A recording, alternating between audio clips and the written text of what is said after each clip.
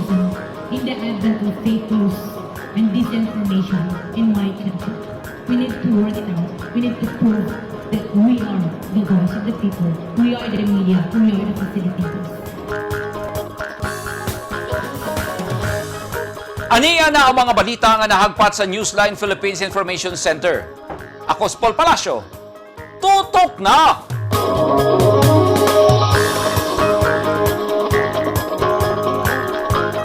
Sa mga headlines, duha ka pulis Davao ug kaubang sibilyan nadakpan human manulis og negosyante sa Gensan.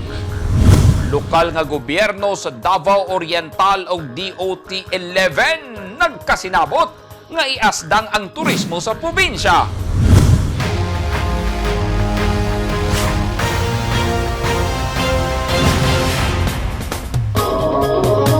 Sa detalye sa ato mga balita, giaresto ang duha ka mga pulis Davao ug duha ka mga kaubang sibilyan sa General Santos City human manulis og usa ka negosyante og isda sa miaging gabii Oktubre 3, 2022.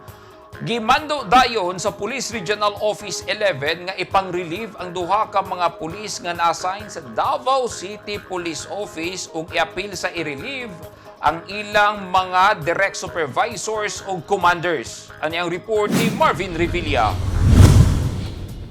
Nakakustodiya na karon sa General Santos City Police Office Station 8 sila Police Master Sergeant Renante Medina ug si Police Master Sergeant Christopher Ararao human madakpan kay nanulis og negosyante. Ang biktima giila sa mga pulis nga si Jackie Paildin, 37 anyos, residente sa Purok Undok, Gawan, Barangay San Jose, Gensan. Subay sa report sa kapulisan sa Gensan, gisulod sa mga suspitsadong pulis ang balay sa biktima pasado alas 9 sa miaging gabi ug nanglimas og cash nga 165,000 pesos og cellphone. Human nanulis, nanibat ang sospek kauban ang duha ka mga sibilyan nga taga Davao City. Sakay sa usa ka SUV van. Apan, pag-abot sa barangay Katangawan, naharang ang mga sospek sa checkpoint ug nadakpan. Giilang duha ka mga sibilyan nga sospek nga sila si Edwin Salvador ug si Winston J. Ongko nga taga Bunawan, Davao City. Na-recover sa mga pulis ang natangag sa mga sospek ug nasignitan pa kini og usa ka M16 rifle, duha ka .45 nga pistola ug duha ka 9mm pistols. Nagpagawas dayon og kamanduan si Police Regional Office 11 Director Police Brigadier General Benjamin Silio Jr. nga ipang-relieve sila Medina ug Ararao. Apil na ang ilang mga director, supervisor o commanders. Kasuhan sab ang duha ka mga pulis ug administratibo og grave misconduct. Gipasabot sa Pro 11 nga dili nila konsentihon ang daotang hinimuan sa usa ka pulis. Marvin Revilla, Newsline Philippines, Province of North Cotabato. Stay safe.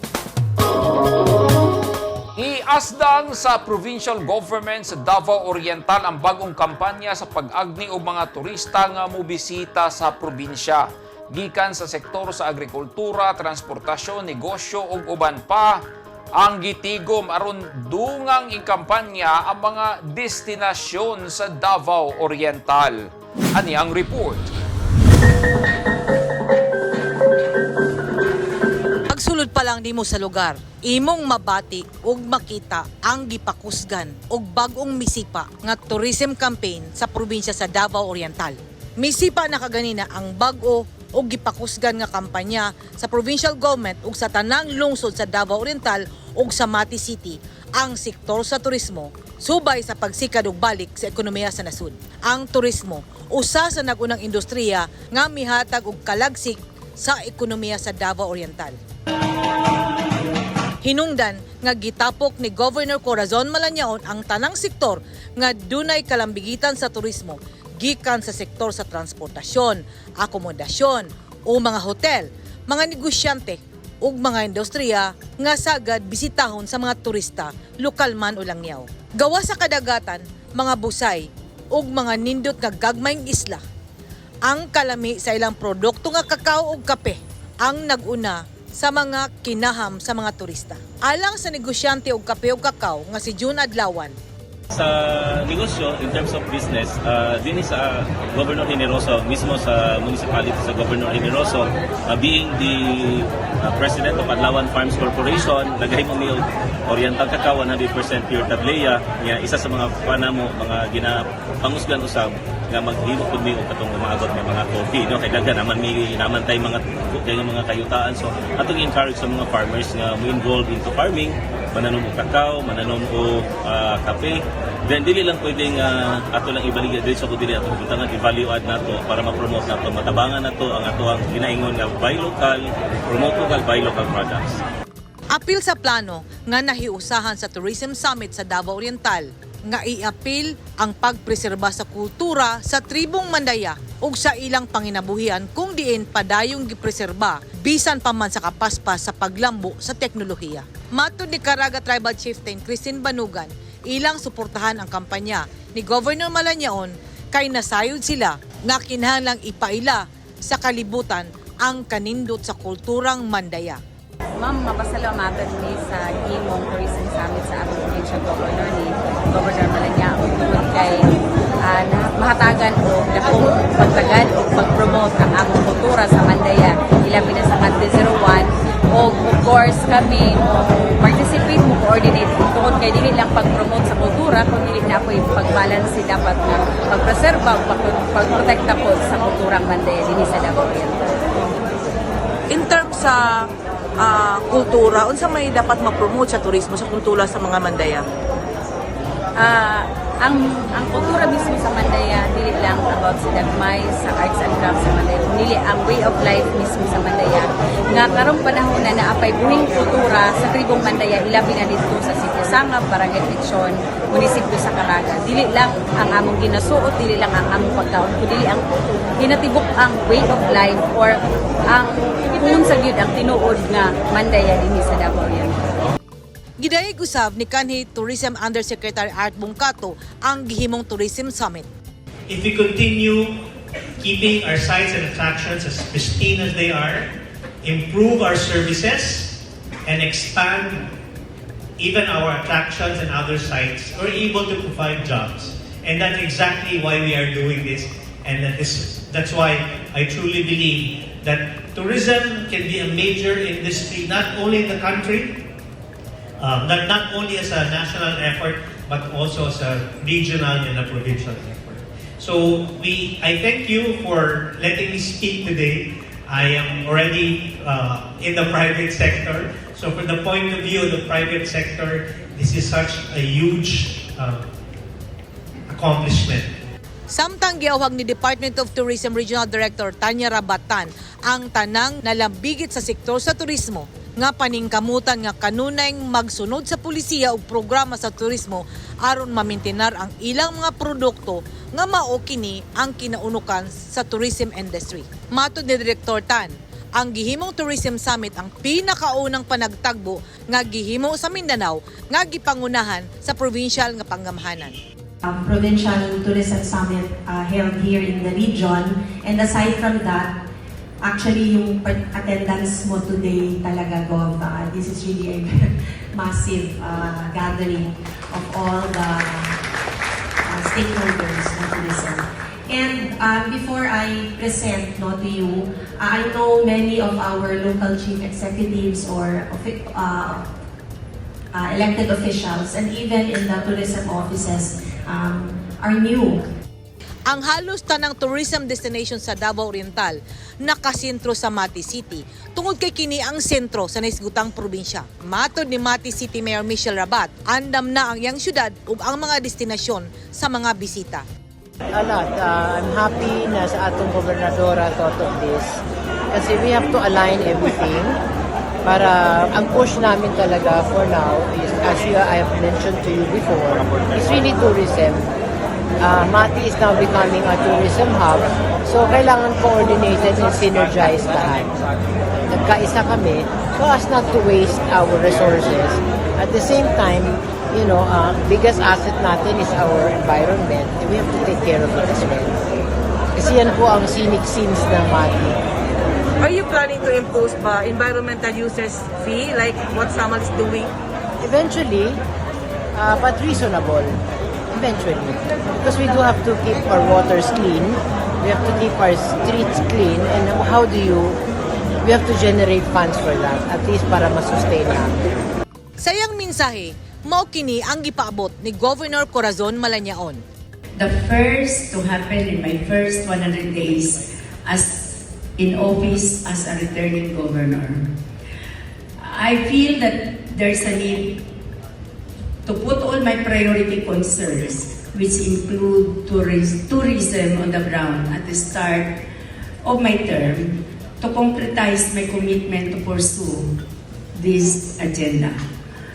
Davao Oriental has a large pygmy forest known for its biodiversity and inscribed by UNESCO as a World Heritage Site.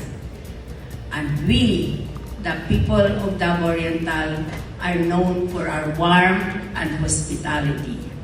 I believe we are now in a much better position to offer our province as a tourist destination. Having put modest infrastructures in place and having been newly declared as an insurgency-free province, we have to take full advantage of the tourism rush.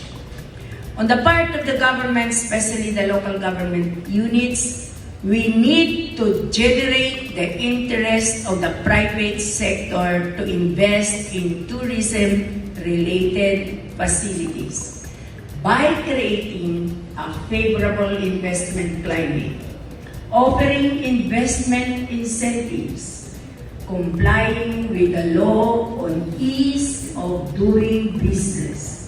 On the part of the provincial government, we have started to lay the groundworks of Oplan Turismo. We have started the rehabilitation and upgrading of all eco-parks, museums, and tourism sites from Banay-Banay to Boston.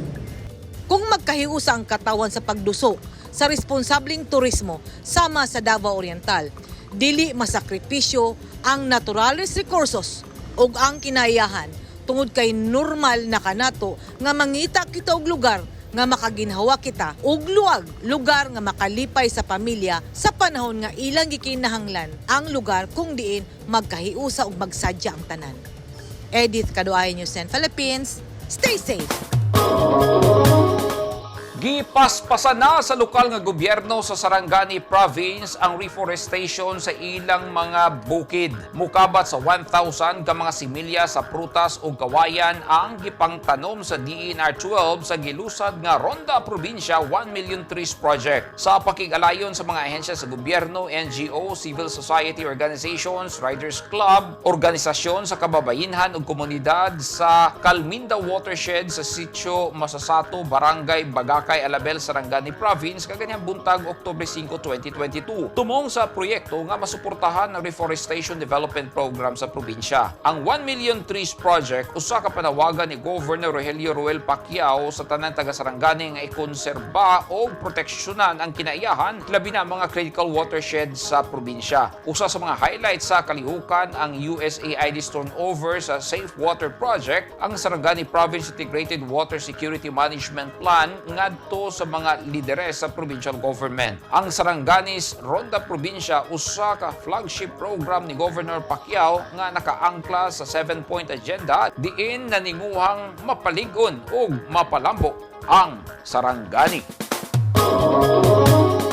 Hapit 200 ka mga kanhi supporters sa rebuilding NPA sa lungsod sa makilala Cotabato Province ang mipailawom sa Livelihood Capacity Building Training sa headquarters sa 39th IB Infantry Battalion, Philippine Army. Gibahin sa napulo ka mga people's organization ang 180 ka mga kanhi supporters sa NPA aron makatuon sa gihimong leadership training ug financial management. Atol sa aktibidad, adunay gihimong team building ug interpersonal skills development. Pasiugdahan sa DSWD-12, MSWDO Makilala, DTI, LGU ug 39th IB ang capacity building nga nakalatid sa Task Force Baliklob Program ug National Task Force to End Local Communist Armed Conflict. Benepisyaryo sab ang mga participants sa training sa Sustainable Livelihood Program ug makadawat og 300,000 pesos ang matag organization aron makasugod sa ilang negosyo ug alang sa ilang kooperatiba. Nakadaig og maayo si Lieutenant Colonel Isra Balagtay ang commander sa 39th IB sa gihimong training ug suporta gikan sa napulo ka mga POs. At tangi! Mga mangingisda sa Cotabato Province gipanghatagan og tilapia fingerlings o ila-ilahon ang usa ka estudyante nga miyembro sa tribo nga hawd mohimo og mga native products.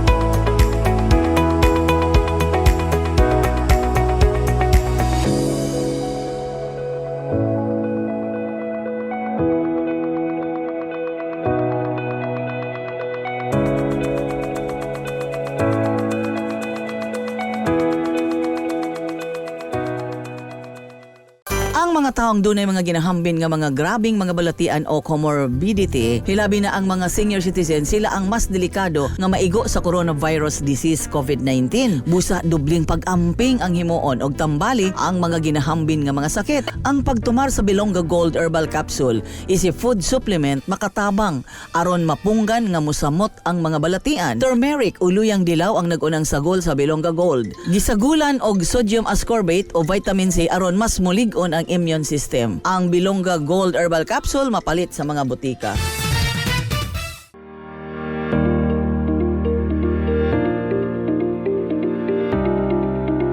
Enroll now at Lyceum Philippines University Davao Campus.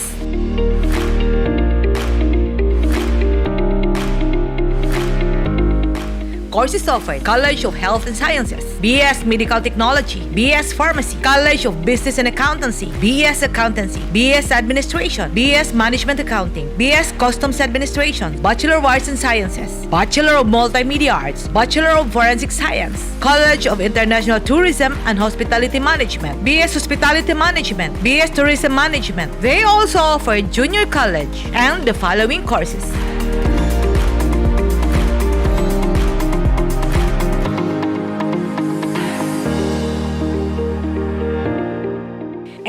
Now, LPU Davao offers Air Academy Drone Flight Training Program. Choose to take the lead. Choose LPU Davao. Enroll now.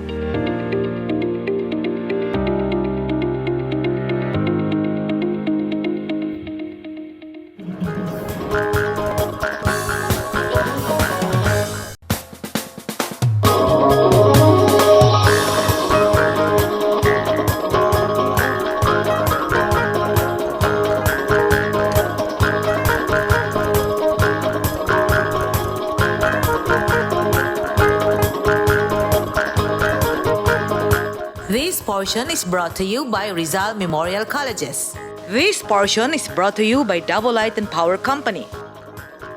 Naningkamot karon ang usa ka self-supporting student nga miyembro sa tribo sa Davao Oriental nga makatapos pinagi sa iyang talento sa paghimo og mga native products gamit ang abaka ug tukog sa lubi.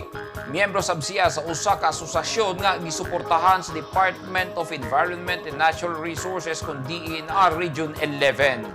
Ato siyang ila-ilahon pinagi sa report ni Eugene Hinutan. Gipakita sa 23 anyos nga second year criminology student ang iyang talento sa paghimo og mga handicraft nga gama sa lapnis sa abaka kun abaka fiber. Siya si Nestor Aquilino Tlatiban nga usa ka miyembro sa Buston Mandaya Tribal Council Association sa Buston, Davao Oriental. Pipila sa iyang gipakitang abilidad ang proseso sa paghimo og tumbler holders. Dunasay nindot nga handbag, backpacks, tsinelas ug mga accessories. Gawa sa produktong gama sa abaka, dunasay hinimo si Nestor nga mga plato ug basket nga gama sa coconut midrib sticks kung tukog sa lubi. Ang Buston Mandaya Tribal Council Association, usa sa mga benepisyaryo sa DNR's Community-Based Forest Management Comprehensive Agrarian Reform Program. Ang abaka farming ug production, usa sa mga nagsustento sa panginabuhi sa mga miyembro sa asosasyon. Sumala ni Nestor, tuig 2020, panahon sa pandemya dihang gisugdan niya ang paghimo og mga produkto. Ang pamaagi ang gibuhat nako para makabalo ko sa pagbuhat sa handicrafts is kadtong time nga nag-search ko video about sa mga handicraft kung saan pagbuhat. So nakita ko video dito kung saan pagbuhat sa mga maong produkto ka. So after na ako pagtanaw ato, nag-on ko sa akong sarili nga what if kaya buhaton nako ni? Makaya ba nako ni nga mga produkto buhaton? Ang akong gibuhat is nangita ko materials para makabuhat sa mga produkto. Mao ni ang abaka fiber. Nag-try na ako buhat. So nakita na ako nga kaya man din ako buhaton, so maong nagpadayon ko. Hangtod sa nakabuo na ako bag. Mao na tong first na ako nga nabuhat gikan sa abaka fiber. So ang mga idea ani ako ra jud sarili. Wala kay tudlo sa ako kundi base lang sa akong nakita, mao tong gi-apply na ako. Mao nakabuo ko sa bag nagikan sa abaka. Ang income ni Nestor gikan sa iyang mga hinimong produkto dakong tabang kaniya hilabi na sa iyang pag-eskwela, sanglit self-supporting student siya sukad pa kaniadto. Ang rason nga nung niapil ko sa asosasyon kay maayo gayud nga naay mapamembrohan nga asosasyon aron una makatabang sa kinatibuk-an nga tribo sa Mandaya ug manubo ug mamahimong inspirasyon sa tanang tribo ug matabangan usab ako pag-promote sa mga handicraft in terms of trademark sa tribo. Gumikan sa malahutayon ug panag-uyon sa mga leader sa tribo, mamahimong mausuwagon ang panginabuhian sa tribo. Nagpasalamat si Nestor sa gobyerno sa gihatag nga oportunidad ngadto sa tribal communities. Dako kaayo ang impact sa akong kinabuhi nga nakabalo kog buhat ani nga mga handicraft. Kay nganuman, kay tungod sa pagkabalo nako ani, nakabaligyan ako mga produkto na akong ginimbuhat. Makakuha na akong kwarta, gikan ani, na ako'y magamit sa akong panginahanglan, sa akong pagbuhat. Kaya makabaligyan naman ko sa akong mga produkto. I'm thankful nga nakabalod ko ani nga skills sa pagbuhat sa mga handicrafts. Ang Community-Based Forest Management Comprehensive Agrarian Reform Program usa sa mga nag-unang programa sa DNR nga naninguhang masustentuhan og mga upland farmers pinaagi sa livelihood and introduction of agro-products intervention. Inspirasyon karon si Nestor hilabi na sa kabataan nga dili babag ang kawadon sa kinabuhi o kung asa kagikan ug unsa ka sa komunidad. Sanglit ang importante gigamit sa maayo nga pamaagi ang talento ug abilidad aron mapalambo ang kaugalingon ingon man makatabang sa katawhan sa katilingban ug gikinahanglan maning kamot luyo sa hagit sa panahon aron makab-ot ang mga pangandoy sa kinabuhi. Eugene Hinutan, Newsline Philippines, Davao Region. Stay safe.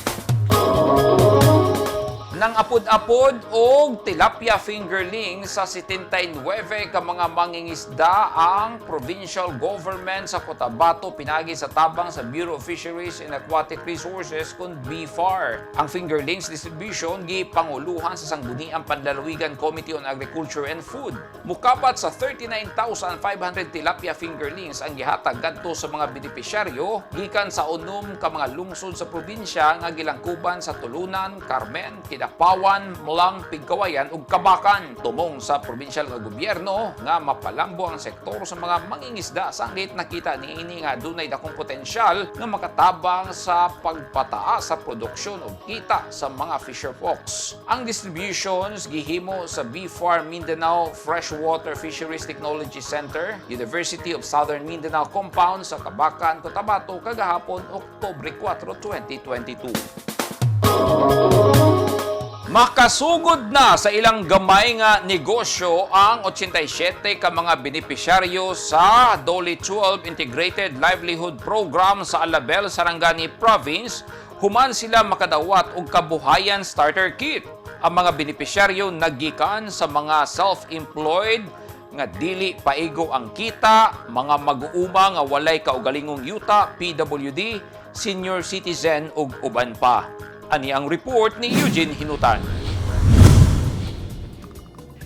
Malipayong gidawat sa 87 ka mga benepisyaryo ang Kabuhayan Starter Kit nga gitunol sa Department of Labor and Employment Integrated Livelihood Program sa Alabel Municipal Gymnasium kagahapon Oktubre 4. Sumala sa Doli Region 12 Sarangani Field Office ang 87 ka mga benepisyaryo gikan sa sektor sa mga self-employed with insufficient income, marginalized ug landless farmer, kababayenhan ug kabataan, low o minimum wage earners ug seasonal workers na wadan og trabaho, PWD, senior citizen ug mga ginikanan o guardian sa mga child laborers sa Alabel. Ang breakdown sa ihap sa mga benepisyaryo ug ang ilang nadawat nga livelihood project subay sa datos sa DOLE. Mukabat sa 2,698,940 pesos ang kantidad sa mga proyektong nahatag ug natagamtaman sa katawhan. Nagsugod ang proyekto niadtong milabing Marso diin mismong si kanhi DOLE Secretary Bebot Bello ang miadto sa Alabel ug ipalista ang mga benepisyaryo. Human ang validation ug assessment, nahimong pinal ang listahan sa mga benepisyaryong angayan matagan og Kabuhayan Starter Kit. Ang pondong gigamit sa pagpalit og mga Kabuhayan Starter Kit gikan sa panudlanan sa national government. Dakong hagit kini sa mga benepisyaryo nga mapalambo nila ang gihatag sa gobyerno ug aron makatabang sa ilang pamilya pinaagi sa gagmay nga negosyo. Mitambong atol sa distribution ang mga opisyal sa lokal nga gobyerno sa Alabel, Doli 12 Regional Director, opisyal sa Doli Region 12 Coronadal City, labaw sa Doli 12 Sarangani Field Office, manager sa Alabel Peso ug focal person sa Doli Integrated Livelihood Program sa Doli 12 Sarangani Field Office. Eugene Hinutan, Newsline Philippines. Stay safe.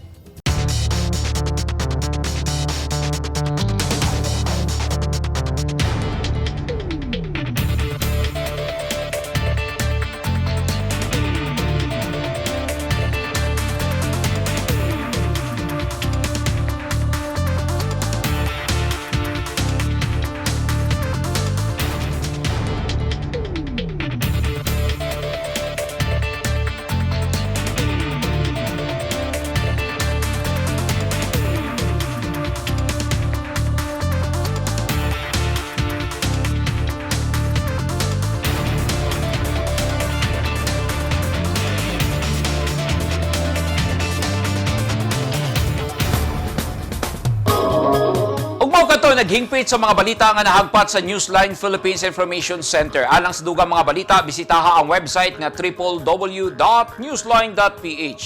Sa Facebook page, Instagram, newsline.ph. Ug sa Twitter, newsline.ph. Kung aduna mo'y mga balita o impormasyon sa inyong tagsa-tagsa ka mga lugar sama sa sunog ug baha, mamahimo ka na ninyong i-share pinagi sa Newsline Messenger. Masundan usab ninyo pinagi sa pag-subscribe sa YouTube channel sa Newsline Philippines. Ako si Paul Palacio. Daghang salamat and stay safe!